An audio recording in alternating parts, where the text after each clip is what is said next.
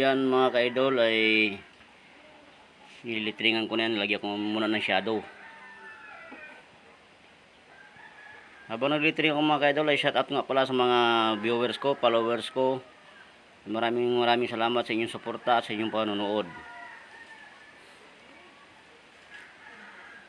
Ito nga pala mga ka-idol ay nilalagyan ko muna ng mga colors at pinapatingkad ko.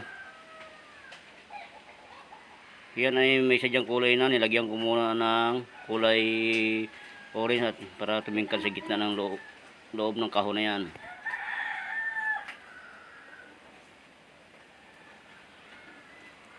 So ito mga pala ka-idol, itong request ng may-ari ay kailangan nilalagyan ng sarap ng kamarote, depende yan o family o kung anong pangalan dyan.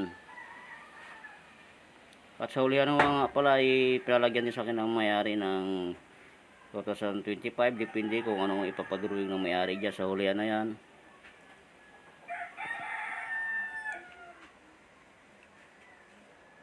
At ito nga pala mga ka-idol, itong kahon nito ay nilagyan ko na rin ng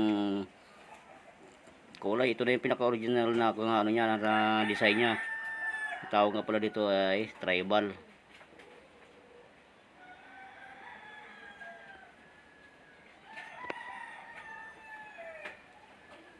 Shout nga pala sa mga followers, viewers ko dito sa aming lugar sa Paloan Occidental, Mindoro.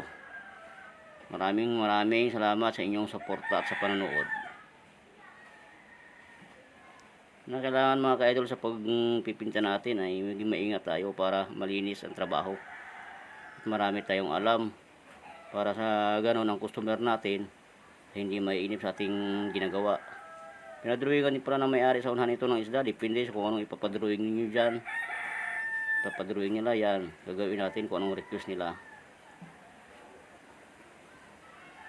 So ito mga ka-idol, tapos na. Maraming salamat sa inyong panood.